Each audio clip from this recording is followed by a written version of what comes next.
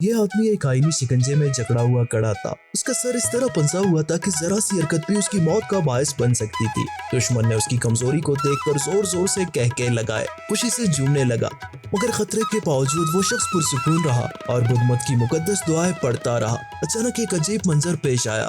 دشمن کا اپنا سر بھی ویسے ہی ایک آئینی شکنجے میں جا پھنسا۔ جیسے ہی لوہے کے شکنجے نے سختی سے دبانا شروع کیا، دشمن بوکھلا گیا۔ اسے کچھ سمجھ نہیں آ رہا تھا کہ اسے روکے کیسے۔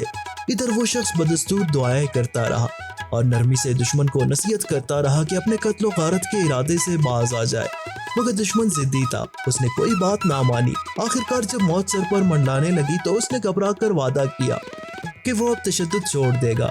بس یہی کہنا تھا کہ آئینی شکنجہ ڈھیلا پڑنے لگا، گویا اسے زندگی بخش دی گئی ہو۔ مگر پھر جیسے ہی وہ شخص اپنی مذہبی عصا کو ہلانے لگا تو اس کے سر کا آئینی شکنجہ ایک دم ٹوٹ کر الگ ہو گیا۔ دشمن یہ منظر دیکھ کر حیرت زدہ رہ گیا۔ اس کے اندر کی تمام ضد اور غرور ٹوٹ چکی تھی۔ اب وہ مکمل طور پر اس شخص کے سامنے جھک گیا جس نے خاموشی، صبر اور روحانیت سے یہ جنگ جیت لی تھی۔